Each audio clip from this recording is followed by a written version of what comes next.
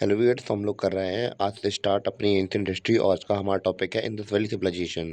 तो मैं आपको पहले ही एक इन्फॉर्मेशन दे दे रहा हूँ कि जो हम लोग इंडस वैली सिविलाइजेशन के बारे में पढ़ रहे हैं, तो ये ज़्यादा डिटेल में नहीं है क्योंकि ये यूपीएससी पर्सपेक्टिव से नहीं है। ये केवल कॉम्पिटिटिव एग्जाम्स में पूछे जाने के लायक से हिसाब से है, यानी कि वन डे एग्जाम जितने भी होते हैं, एसएससी हो चाहे रेलवे या फिर दूसरे गवर्नमेंट एग्जाम्स हों, उसके पर्सपेक्टिव से है ये, ना कि यूपीएससी के। इसलिए मैं इसमें जो टाइम पीरियड वगैरह है तो बहुत कम ही लिया गया है, वरना अगर यूपीएससी में पढ़ेंगे तो अर्ली जो इंडस वैली सिविलाइजेशन थी वो 3500 ईस्वी में स्टार्ट हुई थी और काफ़ी लेट ख़त्म हुई थी। तो बेसिकली इसमें हम लोग स्टैटिक डेटा ज़्यादा कवर करते हैं, ना कि रीजंस और कॉज के बारे में ज़्यादा घुसते नहीं है। थोड़ा बहुत घुसते हैं, ज़्यादा नहीं घुसते हैं। इस वजह से इसमें लिमिटेड ही रहने वाला है और 2025 के लिए और 26 के लिए पर्याप्त है, काफ़ी है। मतलब इतना ज़्यादा पूछा भी नहीं जाता है इससे, और जितना ज़्यादा पूछा जाता है तो उतना मैं बता ही दूंगा। तो अगर हम लोग इसकी बात करें इंडस वैली सिविलाइजेशन की, तो इसका टाइम पीरियड 2600 से लेकर 1920 सीई तक था। तो अगर हम लोग बात करें बीसीई क्या होता है, तो before common era, sorry, BC का क्या होता है हमारा, कि ये बीसी और एडी का कॉन्सेप्ट चलता है हमारे टाइम पीरियड में। तो बीसी मतलब होता है बिफोर क्राइस्ट, और एडी होता है एंटीडोमिनियन। तो यानी कि हमारे जो हम लोग क्रिश्चियन का कैलेंडर फॉलो करते हैं, तो फिर उसमें क्या होता है कि जीसस क्राइस्ट से पहले के समय को हम लोग बीसी कह देते हैं और उनके जन्म के बाद को एडी कह देते हैं। तो उसी में जो बीसी होता है वही हमारा बीसीई होता है।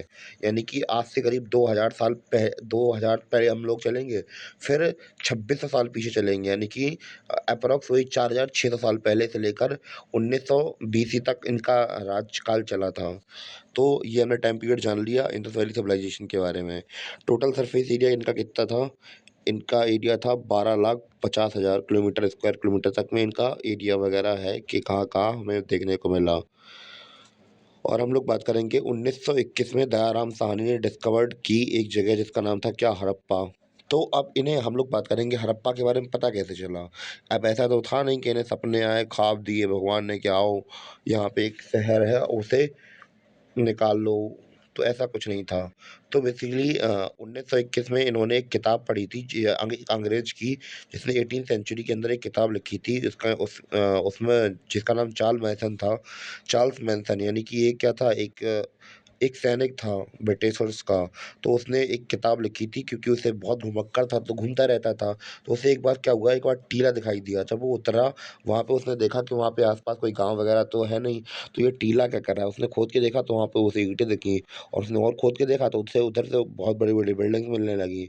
तो उसने ऐसा अपनी किताब में लिख दिया था 18th सेंचुरी के अंदर। तो जारान साहनी ने जब इसकी किताब पढ़ी तो उन्हें लगा कि हाँ भैया कुछ हो सकता है। तो इन्होंने अपने हेड से बात की और वहाँ पे खुदाई करना स्टार्ट कर दिया। जब उन्होंने खुदाई की तो उन्हें पता चला कि हाँ भैया बहुत मस्त चीज़ है, और पूरी दुनिया भर में दयाराम साहनी का नाम हो गया कि भैया इनने ज़मीन खोद दी। मतलब ऐसा है, इन्होंने मतलब एक नई सभ्यता खोद दी, आज तक किसी को पता नहीं था, तो दुनिया भर में ये विख्यात हो गए। तो इसी प्रकार दो 1922-23 में क्या हुआ कि हमारे जो मोहनजोदारो ढूँढा गया, किसके द्वारा ढूँढा गया? डॉक्टर रखाल दास बनर्जी के द्वारा ढूँढ लिया गया था। और हम लोग बात करें सबसे पहला ढूँढने वाला जाने वाला जगह कौन-सी थी इंडस वैली सिविलाइजेशन में? हड़प्पा। सबसे विकसित कौन-सी थी? मोहनजोदारो। और सबसे बड़ी कौन-सी है उसके बारे में हम लोग आगे वाले वीडियो में बात करेंगे। तो नॉर्मली हमारी जो सिंधु घाटी सभ्यता है, ये इंडस नदी के किनारे मतलब बसी हुई है। तो यहाँ से आप लोग देख रहे होंगे, ये यहाँ से स्टार्ट, ये नीली ज लाइन यहाँ से स्टार्ट हो रही है। इसी एरिया में क्या था, हमारा इंडस वैली सिविलाइजेशन का रीजन है, यहाँ से यहाँ तक पानी जाता वगैरह है। और हम लोग बात करें कि presently civilization is known as first urban civilization of Indian subcontinent. तो ये क्या है, हमारे इंडियन सब कॉन्टिनेंट की पहली, हम लोग बात करें, पहली अर्बन सिविलाइजेशन थी। यानी कि अगर अगर इंडिया में प्रेजेंट समय की बात करें तो हमारे इंडिया के अंदर बहुत सारे गांव देखने को मिल जाएंगे, पर यहाँ पे जितनी भी मतलब जगह भी थी, तो वो सभी सभी क्या थी, शहर थी। तो सोचिए कितने एडवांस होंगे ये लोग।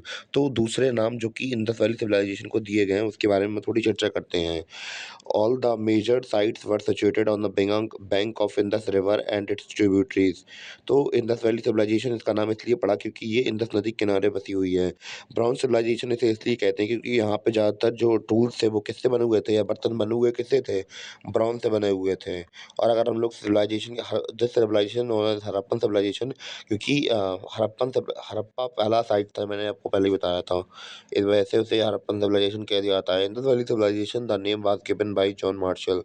इंडस वैली सिविलाइज़ेशन ये नाम दिया गया था जॉन मार्शल के द्वारा, जो मैंने आपको पहले ही बताया था स्टार्टिंग में कि जो दयाराम साहनी के जो बॉस थे वो कौन थे? जॉन मार्शल थे। और टिल प्रेज़ेंट देयर हम लोग बात करें अभी फ़िलहाल में एप्रॉक्स 1400 साइट्स हैं किसकी?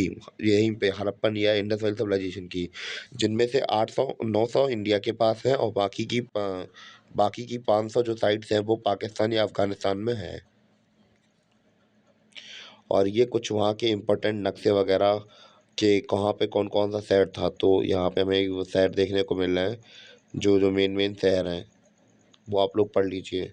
कौन-कौन से राज्य हैं, बालकोट हुआ, रंग आई मीन दा दाबात हुआ, जाने क्या लिखा है ये, राइटिंग थोड़ी सही नहीं है इसमें आई है।